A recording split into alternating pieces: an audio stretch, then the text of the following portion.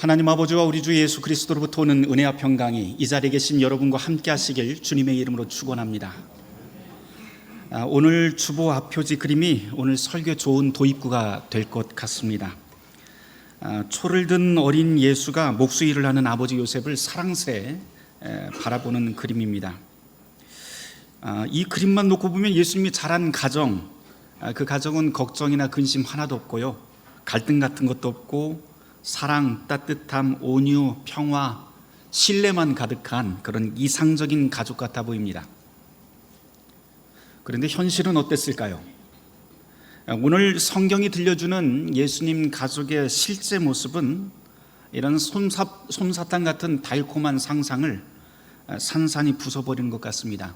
오늘 복음서 말씀으로 우리가 마가복음 3장 20절에서부터 35절까지 말씀을 읽었는데 여기를 읽어보면 참 충격적입니다. 사람들 모인 곳에 친족들이 찾아와서 저 예수가 미쳤다고 소리를 치고요, 기세등등하게 예수를 밖에서부터 끌어내려고 합니다.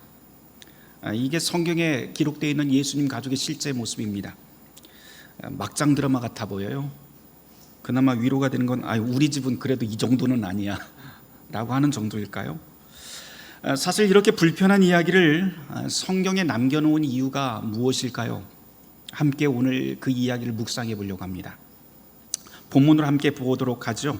마가복음 3장 20절 말씀부터 우리 함께 보도록 합니다. 여기 20절 말씀을 보면 언제나 그랬듯이 예수님이 가는 곳에 군중들이 운집해 있는 것을 우리가 볼 수 있습니다. 그런데 그 다음 구절이 문제죠. 21절 말씀, 거기에 보면 예수님의 가족들이 예수가 미쳤다라고 하면서 붙들러 나왔다라고 그렇게 기록이 되어 있습니다. 예수가 미쳤다고 하는 것도 당황스러운데 여기 나와 있는 붙들러 나왔다라고 하는 이 말은요, 원래 범죄자들을 검거할 때나 쓴 그런 표현입니다. 그래서 더 놀랍습니다. 가족이라고 하는 사람들이 왜 이럴까요? 사실 이유는 알 길이 없지만 당시 상황을 곰곰이 우리가 생각을 해보면 그럴 수도 있겠다 싶어요. 1세기 유대인 사회를 우리가 가만 생각을 해보면 이 맏아들이 유산을 다 물려받고 가족의 생계를 꾸릴 그런 부양의 책임을 갖게 됩니다. 예수님 나이가 지금 30쯤 되어 있으니까, 그리고 큰 아들이니까 당연히 이 가족을 부양할 책임이 예수님에게 있습니다. 그런데 지금 무엇을 하고 있나요? 가족이 아니라 다른 사람들과 함께 집을 나가서 그렇게 여정을 살아갑니다. 그러니까 친지들 보기에는 이 예수가 어떻게 보였을까요? 저 예수는 가족을 버린 탕자, 아니면 미친 사람으로 볼 수 있겠다 싶습니다. 그런데 이에 비해서 예수를 믿는 우리 눈으로 보면 또 달리 보이겠죠. 이 문제는 예수님이 문제가 아니라 이 사람들의 태도가 더 탐탁지 않을 수도 있습니다. 아니, 어떻게 가족이라고 하는 사람들이 말이야 그럴 수가 있어 라고 하면서 말이죠, 그것도 감히 하나님의 아들을 범죄인 취급이나 하면서 그렇게 미친 사람 취급을 할 수 있을까 하면서 우리는 물음표를 가질 수 있습니다. 자, 그럼 여러분, 누구의 판단이 옳은 것일까요? 예수님의 친지들이 잘못한 것일까요? 아니면 우리가 지금 보고 있는 우리의 관점이 잘못된 것일까요?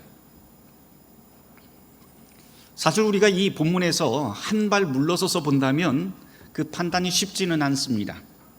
분명한 건 지금 예수님의 가족, 이 마가복음 3장에 나와 있는 예수님의 가족은 30년 전에 베들레헴 마구간에서 봤던 그런 포근하고 사랑스럽고 신뢰 가득한 그런 분위기와는 사뭇 달라 보인다고 하는 점입니다. 친척들은 지금 미쳤다고 달라들고 어머니 마리아와 누이들은 밖에서 그 아들이 나오기만 기다립니다. 오늘 본문에서 아버지 요셉의 이름이 거명되지 않는 것으로 보아서 이미 아버지는 오래전에 죽은 것 같습니다. 그렇게 본다면 마리아는 지금 홀로 가정의 생계를 유지하면서 험하게 살고 있다라고 하는 그런 짐작을 우리가 할 수 있습니다. 오늘 본문만 보면 가족관계는 꼬일 대로 꼬여 있고요, 아마 말 못한 사연도 많았을 것 같습니다. 친지들 보기에는 예수님이 유명세를 얻어서 밖에서 저렇게 나돌아다니고는 있지만 실제로는 가족들 입장에서는 가족을 저버린 페루나 정도로 생각하지 않았을까 싶습니다. 게다가 마가복음 3장 32절 하반절을 우리가 보면 예수님이 미쳤다면서 끌어내려고 하는 친지들의 행동이 그리 과한 것 같지도 않아요. 왜냐하면 예수님이 집 안에서 어머니와 누이가 찾아왔다는 말을 듣지요. 그런데 예수님의 반응이 어떤지 한번 살펴보세요. 예수님이 이렇게 말합니다. 누가 내 어머니며 내 동생들이냐? 라고 말입니다. 정상인 사람치고는 이런 말을 이리도 태연하게 할 수가 있을까요? 오늘 복음서 본문만 따로 떼어놓고 보면 사실 예수님의 가족들이 이상한 게 아니라 예수님이 더 이상한 것 같습니다. 이 이상한 본문 왜일까요? 이 이상한 본문을 마가복음 전체를 놓고 조망해 보면 좋을 것 같아요. 마가복음 1장부터 우리가 함께 시작을 해볼까요? 아주 간단하게 좀 빨리빨리 넘어가 보도록 하죠. 1장에서 예수님이 세례받고 광야로 나오십니다. 거기서 시험을 거쳐서 드디어 갈릴리에서부터 복음의 사역, 하나님의 일을 시작하게 됩니다. 그게 1장 14절 말씀부터입니다. 그 일을 위해서 제자들을 부르시고 제일 먼저 간 곳이 가버나움의 회당에 들어가시는데요. 거기서 제일 먼저 하신 일이 더러운 귀신을 고쳐주시고 그 소문이 사방으로 번지기 시작합니다. 회당에서 나와서는 열병을 앓고 있던 시몬의 장모를 고쳐주시는데요. 그것뿐만 아니라 온 동네 사람들이, 각종 병에 걸린 사람들이 다 찾아와서 예수님이 또 그 사람들을 치료해 주시고 귀신 들린 사람도 치유해 주십니다. 그렇게 마가복음 1장에서는 예수님이 가는 곳곳마다 치유와 축사의 그런 기적들이 일어나고 그 소문이 널리 퍼져나가는 것을 보게 됩니다. 여기서는 사람뿐만 아니라 귀신도 순종하는 모습이 이 마가복음 1장에서는 강조가 됩니다. 그런데 2장으로 가면 분위기가 미묘하게 바뀌기 시작을 해요. 주님은 여전히 병든 사람을 고치고 제자도 부르십니다. 그런데 이번엔 조금 다른 것이 뭐냐면 예수님 하는 일, 딴지를 걸기 시작하는 사람들이 보이기 시작을 합니다. 딴지를 걸고 반대합니다. 바리새인과 서기관뿐만 아니라 사실은 같은 노선에서 하나님 나라 운동을 하고 있다고 하는 세례 요한의 제자들까지 나서서 예수님이 하고 있는 일에 제동을 걸기 시작을 합니다. 안식일에 이삭을 잘랐다고 트집을 잡는가 하면 손 마른 사람을 고쳤다고 또 문제를 삼습니다. 또 금식을 안 하고 오직 먹고 마시는 데만 왜 그렇게 힘을 쓰냐고 가는 곳곳마다 트집을 잡습니다. 사람들은 예수님이 하시는 일을 전혀 이해하지 못하고 그분의 길을 막아섭니다. 그 이야기가 무려 6장 6절까지 계속해서 이어집니다. 그런데 이 전체 이야기들의 주제는 딱 하나예요. 뭐냐면 세상이 예수의 일을 이해하지 못하고 거부한다라고 하는 뜻입니다. 이 거부는 유대인 지도자들, 세례 요한의 제자들, 백성들뿐만 아니라 예수님의 고향 사람, 그리고 오늘 본문에서는 예수님의 가장 가까운 친족들까지도, 가족들까지도 바로 예수님을 거부하고 이해하지 못합니다. 그 이야기를 마가복음은 우리에게 지금 들려줍니다. 오늘 우리가 읽은 복음서 말씀을 다시 살펴보려고 그래요. 마가복음 3장 20절에서부터 35절까지 우리가 복음의 말씀으로 함께 읽었는데 이걸 읽어보면 좀 샌드위치 같다라고 하는 생각이 좀 듭니다. 앞뒤로는 가족 이야기가 나와요. 그런데 중간에 바알세불이라고 하는 귀신 이야기가 나왔다가 뒤쪽에서 다시 가족 이야기가 이어집니다. 이 중간에 끼어있는 바알세불 이야기는 잠시 좀 뒤로 밀어두려고 해요. 이 내용을 빼고 보면 오늘 읽은 이 본문에서 가장 도드라진 주제는 가족이죠. 그런데 예수님께서는 가족을 혈연으로 이어진 가족이라고 말씀하지 않고 완전히 새롭게 정의합니다. 35절 말씀에 그 정의가 나옵니다. 우리 함께 찾아서 읽어보도록 하죠. 35절 말씀 시작. 누구든지 하나님의 뜻대로 행하는 자라야 내 형제요 자매요 어머니이니라. 그런데 참 이상해요. 십계명엔 분명히 부모를 공경하라라고 하는 명령이 있는데 예수님은 이 말씀을 하시면서 그러면은 육체의 부모들을 공경하는 것, 내 혈육을 함께 감싸고 보듬어 안는 것, 그런 계명은 무시하라고 하는 뜻일까요? 이단들처럼 하나님의 뜻이라면, 하늘의 뜻이라면 가족은 내팽개쳐도 된다라고 하는 식으로 오늘 이 본문을 읽어야 하는 걸까요? 물론 그렇지는 않죠. 예수님의 모친인 마리아는 여기에서는 거부되지만 사실 성경 끝까지 읽어보면 예수님의 십자가 아래서도 만나볼 수가 있고요, 형제였던 야고보는 초대교회의 지도자가 됩니다. 그것만 보더라도 예수님께서 가족을 버렸다라고 하는 것은 사실 말이 안 됩니다. 그렇다면 누구든지 하나님의 뜻대로 행하는 자가 내 가족이다라고 하는 주님의 말씀은 무엇일까요? 오늘 이 본문에 나와 있는 이 장면을 여러분들 머릿속으로 한번 상상해 보길 바랍니다. 오늘 본문에는 두 부류의 사람들이 등장을 해요. 집 안에 있는 이 문을 기준으로 한번 해서 여러분들이 한번 구분을 해보시면 좋을 것 같습니다. 문 안에 있는 사람과 문 밖에 있는 사람. 문 밖에는 지금 예수님을 끌어내려고 하는 가족과 친지들이 있고요, 그런데 본문을 자세히 읽어보면 예수님이 거기 있는 문 밖에 있는 사람들을 무시했다라고 하는 내용은 나오지 않습니다. 그래서 그들을 모두 무시했다라고 생각하는 것도 우리의 편견입니다. 게다가 성경엔 예수님이 당신의 가족을 두고 이 사람들 나쁘다 좋다 이런 판단을 전혀 하지 않으세요. 그러면 문 안에 있는 사람들에 대해서는 예수님께서 어떻게 생각을 할까요? 우선 이 사람들이 누가 모여 있는지 한번 살펴보기로 하죠. 마가복음 3장 2절부터 보면 거기에는 예수님과 가까운 제자들도 있고요, 아마 문 안에는 지금 병을 치유받은 사람도 있고 예수님을 이전부터 계속 따라다니던 사람도 있었던 것 같습니다. 그런데 그렇다고 이 모두가 문 안에 있다고 해서 모두가 다 예수님께 순종하거나 예수님 편을 드는 사람들은 아닙니다.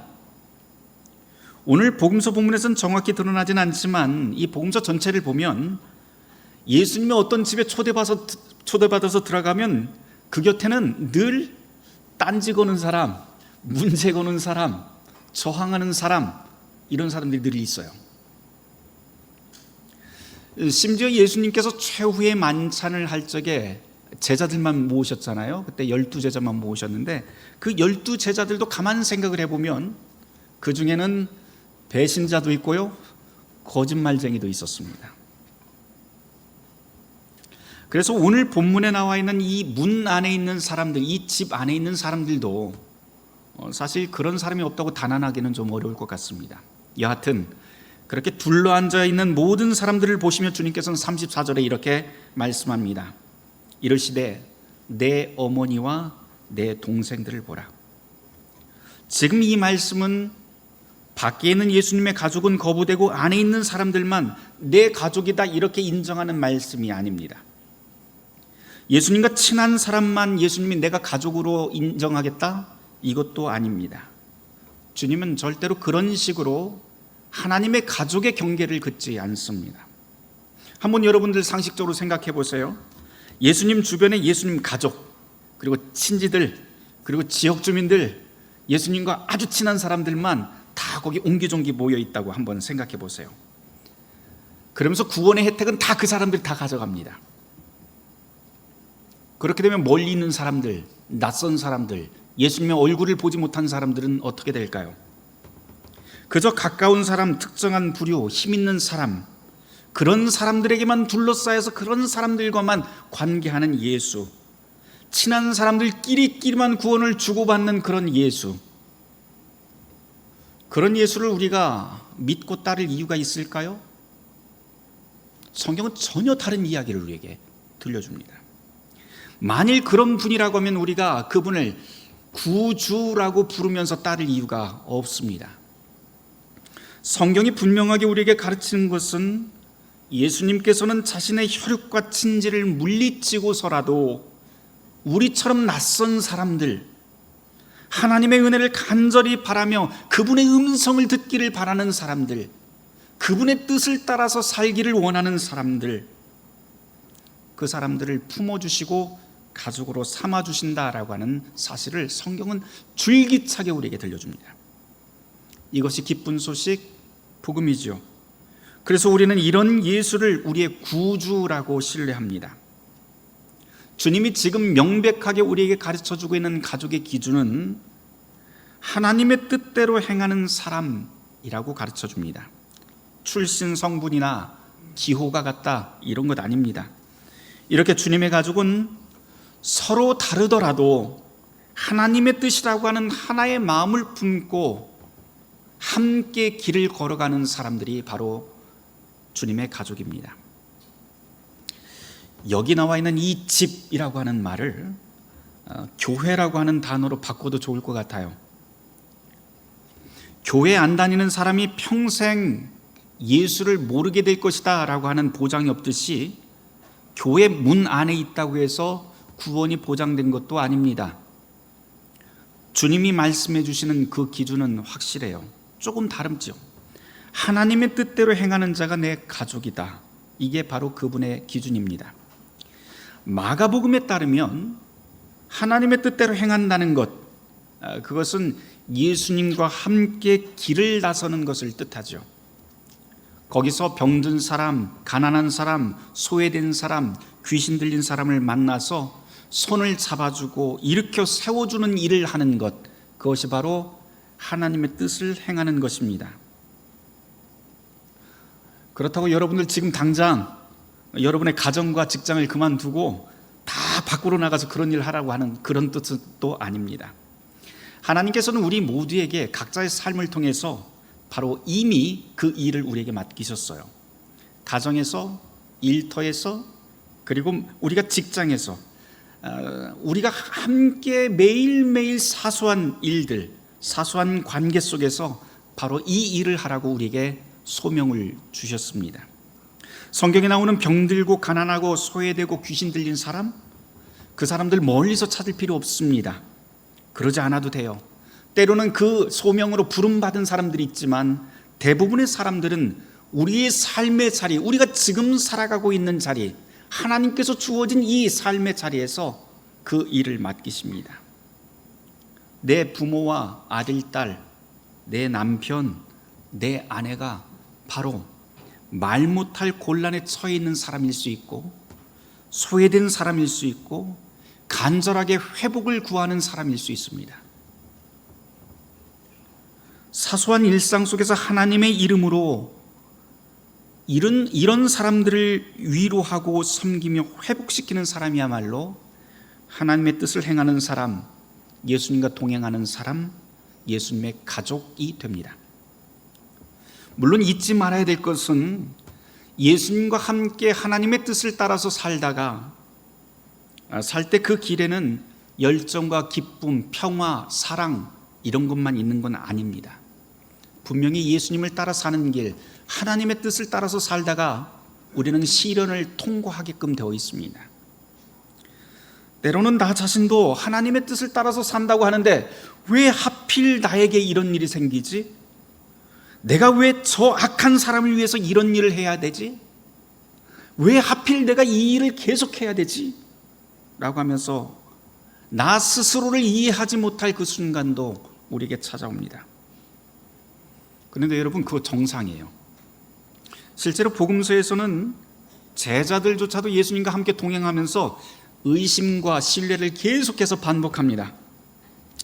예를 들어 볼까요? 우리 교회 여기 여러분도 오른쪽 창문 맨 앞에 보면 스테인글라스가 있는데요, 풍랑이 일었을 때를 지금 묘사하고 있습니다. 제자들은 예수님이 그들 곁에 있는데도 불안에 떱니다. 그래서 물에 빠지기도 하고요, 똑같은 풍랑의 때에 제자들은 또 잠든 예수님을 깨워서 이 풍랑을 잠재워 달라기도 합니다. 그때는 예수님을 신뢰하는 것이죠. 이처럼 제자들도 같은 시간 같은 장소에서 의심과 신뢰를 매번 반복하면서 혼란하게 삽니다. 사실 우리가 그렇게 살잖아요. 믿음과 의심 사이에서 매번 흔들리면서 살고 비틀거리는 게 우리 아닙니까? 예수님의 이 가족들도 그래요. 예수님의 하는 일을 오해하고 미쳤다고 말하고 낭떠러지로 밀어서 죽이려 하고 고향에서 내쫓던 사람들이 예수님의 고향 가족들입니다. 그러고 보니 예수님의 제자도, 예수님의 혈육도, 그리고 우리 자신도 나는 천국에 당당히 들어갈 만해 라고 그렇게 자신할 수 있는 사람은 아무도 없는 것 같아요. 제자도 실패했고 가족도 실패했고 우리도 늘 그렇게 믿음에서 파선합니다. 그런데 이 말을 돌려놓고 보면 사실 우리에게 큰 위로와 힘이 됩니다. 예수님을 반대하고 흔들리는 사람, 문 밖에 있는 사람, 교회 밖에 있는 사람이라 하더라도 돌이키기만 하면 주님의 가족이 될 수 있다라고 하는 말이 되기 때문이죠. 아직 우리에게는 시간이 주어진 것이지요. 이것이 실제로 마가복음이 의도하는 복음일 것입니다. 여기서 중요한 건 주님의 거룩한 가족은 혈연 관계로 제한되지 않는다고 하는 사실이죠. 예수님의 가족, 하나님 나라의 식구는 혈연이라고 하는 특수한 관계의 담을 훌쩍 넘어버립니다. 혈연이라고 자동으로 가족이 되는 것도 아니고 서기관처럼 지식이 있어도 가족이 되지 못합니다. 혈연, 지식, 지위, 권력 그런 것으로 하나님 나라 가족이 될 수 없습니다. 오직 한 가지, 하나님의 뜻을 받들어 사는 사람만이 하나님 나라의 가족이 됩니다. 어쩌면 오늘 이 복음서 말씀은 이 자리에 있는 저와 여러분 그 누구도 하나님 나라 식구가 될 자격이 없다라고 말하는 무서운 구절일 수도 있습니다.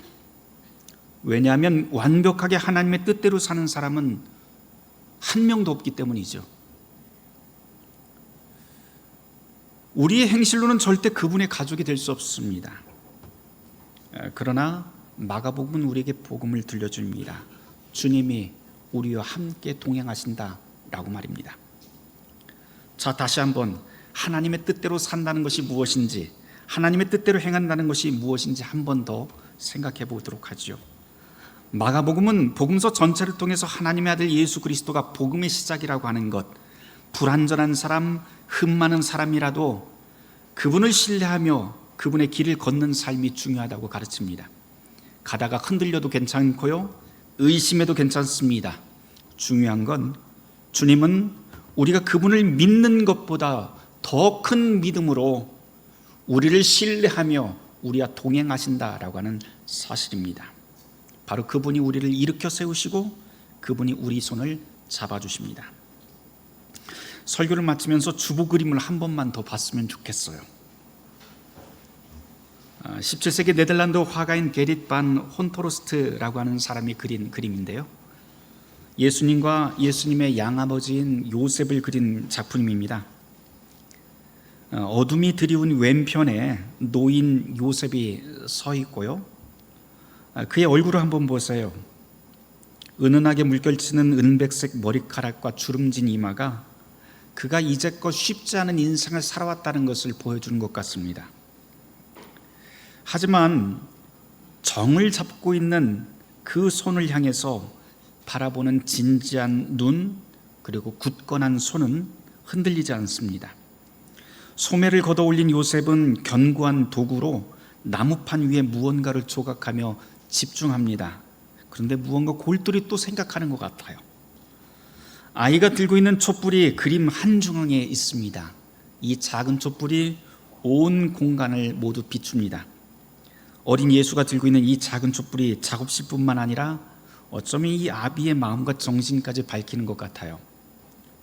주름 잡힌 아이의 빨간 옷은 하늘 아버지를 향한 숭고한 정신과 어린아이의 순수한 사랑, 또는 미래의 십자가 죽음을 암시할 수도 있습니다.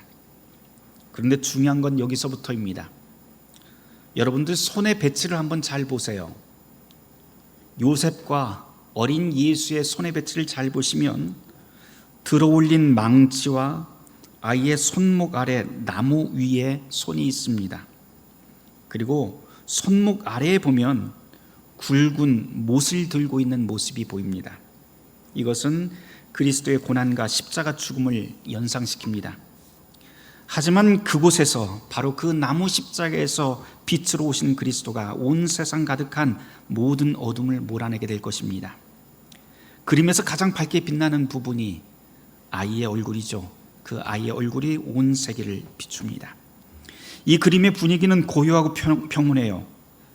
그런데 이 고요함을 묵상하면 묵상할수록 다른 맛이 막 우러나는 것 같아요. 무엇보다도 저는 이 그림을 보면서 요셉이 눈에 들어옵니다. 요셉의 표정. 근데 목수 요셉은 사실 무엇 하나 특별할 것 없는 평범한 사람이지요. 요셉은 기적을 행하는 사람도 아니었고, 사람들의 눈길을 끄는 사람도 아니었고, 말 잘하는 성동가도 아니었고, 설교가도 아니었습니다. 하지만 이 요셉이, 이 평범한 요셉이 가진 진정한 아름다움은 겸손, 성실, 그리고 친밀한 전능자와의 그 관계에 있지 않았을까 싶어요. 냉정히 한번 생각해 보죠. 요셉 앞에 아이가 있는데요, 이 아이는 요셉의 아들이 아니지요. 천사가 어떤 아이인지는 알렸다고는 하지만 이 요셉은 어쩌면 평생 그 아이를 보면서 물음표를 가지고 살았을 수 있습니다. 그런데도 불구하고 요셉은 자기가 지금 완전히 이해하지 못하는 그 하나님의 계시를 굳게 신뢰하면서 살아갑니다. 묵직하게 닫힌 이 요셉의 입술, 그의 침묵은 바로 이 하나님의 신성한 계획에 자신의 삶을 맡기고 고집스럽게 살아가는 사명자의 표식, 주님의 가족이라고 하는 표식으로 보입니다. 이 그림을 보면서 나는 어떤지 돌아보게 되더라고요. 이해할 수 없는 일을 만났을 때 나는 하나님을 신뢰하면서 살고 있는가? 라고 하는 것. 내 가족, 그리고 내 주변의 사소한 일상 속에서 시련을 당했을 때 나는 과연 하나님을 신뢰하면서 사는가? 라고 하는 생각을 해보았습니다. 사랑하는 성도 여러분, 그럼에도 불구하고 우리 모두는 예수님의 가족, 하나님의 식구로 부름받았습니다. 바라기는 언제 어디서나 묵묵히 하나님과 이웃을 사랑하고 섬기는 그리스도인으로 살길 주님의 이름으로 축원합니다. 모든 지각에 뛰어난 하나님의 평강이 그리스도 예수 안에서 우리의 마음과 생각을 지키실 것입니다. 오늘 이 말씀을 놓고 잠시 침묵하며 묵상하도록 하겠습니다.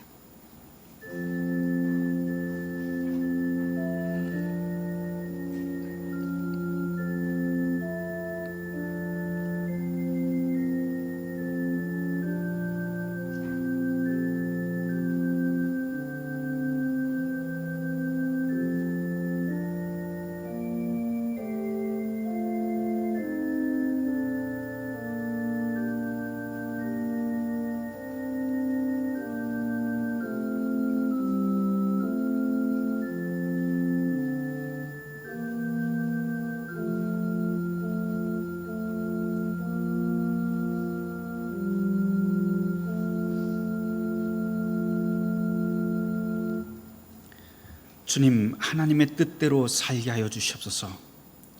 하나님을 사랑하고 이웃을 사랑하며 살게 하여 주시옵소서.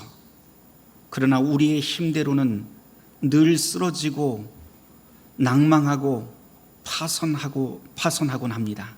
주님, 그때마다 보이지 않는 곳에서 당신의 손길을 우리를 잡아주셔서 우리가 그곳에서 하나님의 은총을 체험하며 살게 하여 주시옵소서.